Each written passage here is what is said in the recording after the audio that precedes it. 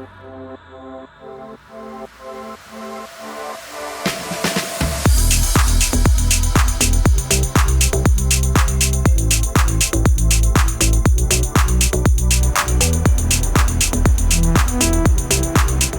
I'm going to show you one of my favorite walks in the city, as well as exposing you to Belgrade's B-side, aka Novi Beograd and Zemun.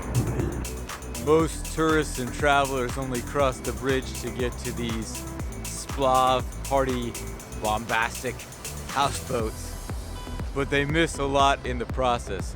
First of all, around these bridges there's a lot of little nooks and crannies and curiosities, pieces of Belgrade that are still raw and undeveloped with hints to the past.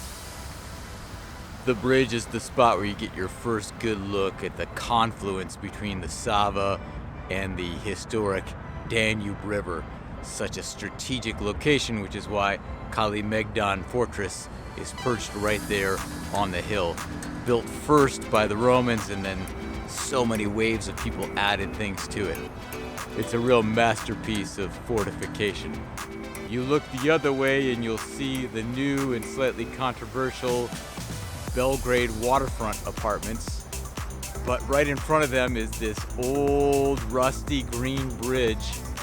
And undoubtedly every time a tram car goes over and rattles this thing, the wealthy residents of these new apartments pace the floor in their Gucci slippers and grind their teeth.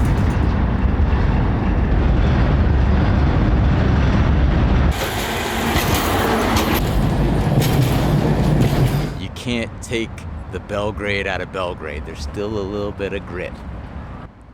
You walk across the bridge, go straight and a little bit to the left, and you're going to come to an area that was all swampland until it was drained in a massive project to create Novi Beograd, or New Belgrade. It has a very different flavor than the Belgrade on this side.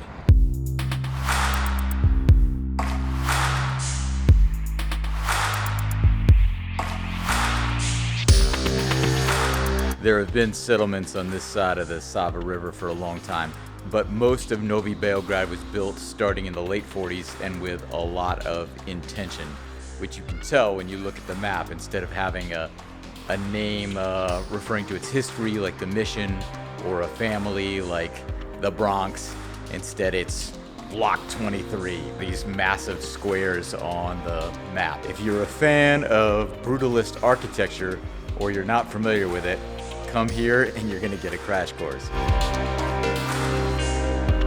This whole place has a Judge Dredd dystopian kind of beauty. I'm not sure how the residents feel about it, but I find it kind of alluring. Okay, now I'm gonna go from the bridge the other direction, as if you got off the bridge and you turned right, and then you went towards the exact confluence of the Danube and the Sava.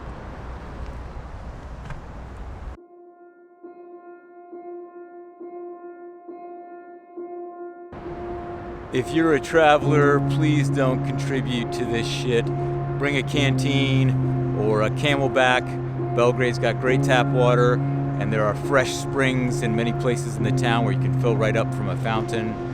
You buy a single-use plastic bottle, most likely it's gonna end up right here.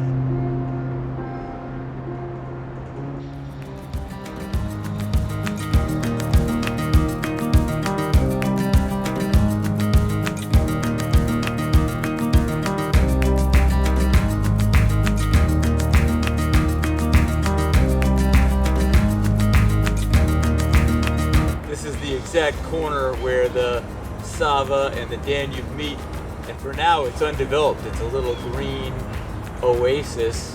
There's this mysterious metallic structure there, which in drier times I've walked to. Does anybody know what that is?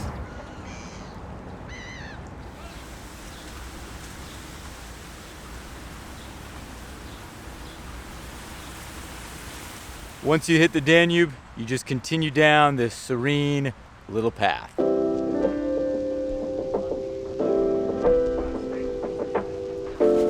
Here's where you realize that what you thought was the other side of the Danube is actually Lido Island, or War Island. That's the other side of the Danube. It is a fat river.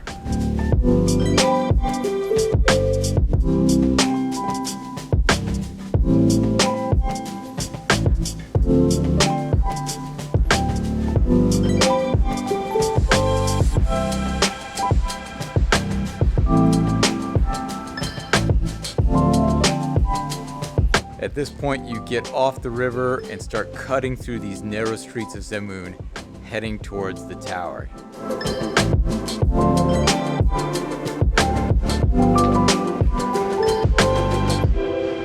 Oh my God.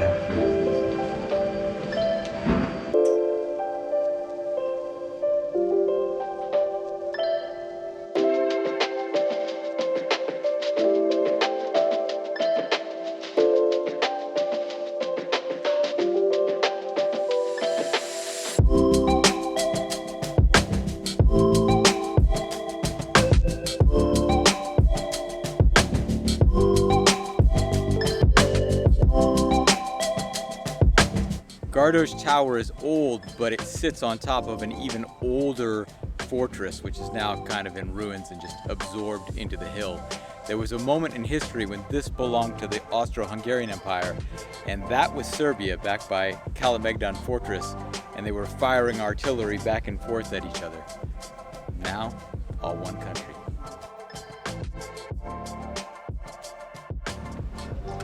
And this is it, the grand finale of a wonderful hike, one of my favorite things to do when I'm in Belgrade.